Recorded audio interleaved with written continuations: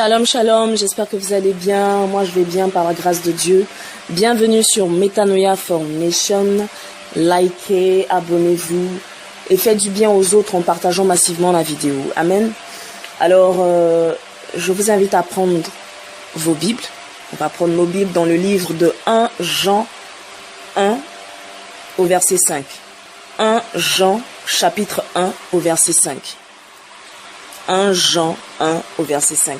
Nous lisons: La nouvelle que nous avons apprise de lui et que nous vous annonçons, c'est que Dieu est lumière et qu'il n'y a point en lui de ténèbres.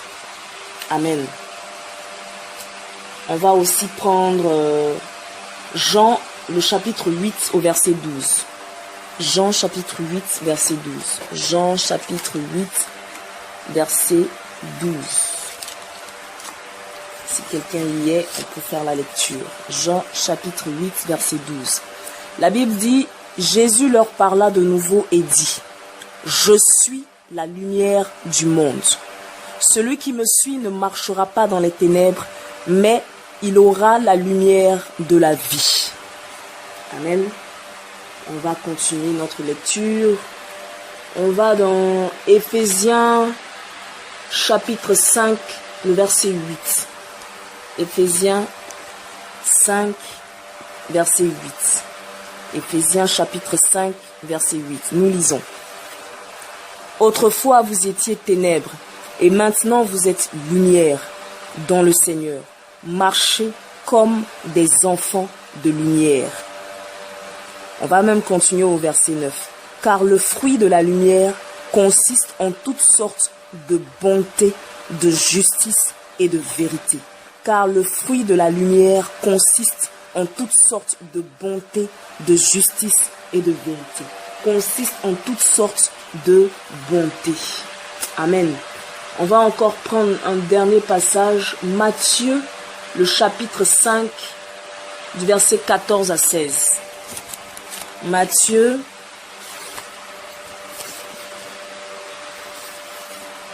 chapitre 5, verset 14 à 16. Nous lisons: Vous êtes la lumière du monde. Une ville située sur une montagne ne peut être cachée.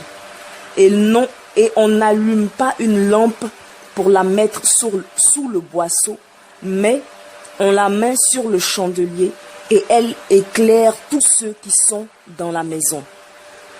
Que votre lumière luise ainsi devant les hommes, afin qu'ils voient vos bonnes œuvres et qu'ils glorifient votre Père qui est dans les cieux. Amen. Que Dieu bénisse sa parole et nous disons Amen, Amen, Amen à la parole de Dieu. Donc, on a vu ici que Dieu est la lumière. Dieu est lumière. La Bible dit que Dieu est lumière. Et la Bible dit aussi que Jésus-Christ est la lumière du monde. Jésus-Christ est la lumière qui éclaire les ténèbres. La lumière est donc identifiée comme étant la nature de Dieu, comme étant la nature de Jésus-Christ. Alors, si nous avons cru en Dieu, si nous avons cru en Jésus-Christ, si nous avons accepté Jésus-Christ dans notre vie, si nous avons accepté de vivre en communion avec Dieu et avec Jésus-Christ son oint, avec Christ le oint de Dieu, nous avons donc reçu cette nature-là de Dieu, cette nature de Dieu qui est la lumière. Nous avons reçu la lumière de Dieu. Et parce que nous avons reçu la lumière de Dieu, parce que nous sommes en communion avec Dieu, cette lumière de Dieu-là ne peut pas demeurer comme ténèbres. Elle ne peut pas être invisible. Il faut qu'elle soit manifestée en chacun de nous. Amen. Et la manifestation matérielle de la lumière de Dieu dans la vie de chacun de nous, c'est la justice. C'est la bonté. C'est vrai, c'est aussi la tempérance, avoir un bon tempérament, avoir une bonne conduite, poser de bonnes actions, avoir de bonnes paroles envers les autres, ne pas avoir des paroles de méchanceté. Mais c'est aussi faire le bien autour de nous. La lumière de Dieu consiste à faire le bien autour de nous, à manifester la bonté à notre prochain. C'est pourquoi je veux dire à quelqu'un aujourd'hui, je veux dire à quelqu'un qui a cru en Dieu, je veux dire à quelqu'un qui a reçu la lumière de Dieu en lui, je veux dire à quelqu'un qui est lumière, que ta lumière brille en cette période de crise, que ta lumière brille abondamment, Que ta lumière brille abondamment. Fais du bien autour de toi. Fais du bien autour de toi. Si tu as 3 sacs de riz dans ta maison, je te prie, regarde celui qui n'en a même pas et donne, partage ton riz, partage ton pain, partage tes vivres, partage ce que tu as avec ceux qui n'en ont pas. Nous sommes en période de crise. Déjà que même sans la crise, c'est difficile pour les familles, c'est difficile pour les gens, surtout en Afrique, de pouvoir se nourrir et même partout dans les nations. Le monde est devenu difficile. Déjà, en temps normal, c'est difficile. Mais dans cette période de crise, c'est davantage difficile. Je te prie que ta lumière brille, que ta lumière luise sur les nations et fais du bien à chacun. Fais du bien à tous ceux qui ont besoin de quelque chose. Tu en as en abondance, donne à ceux qui n'en ont pas. Même si tu as un peu, le peu que tu as, tu peux aussi le diviser et donner à celui qui n'en a même pas. Conduis-toi bien avec ton prochain en cette situation de crise.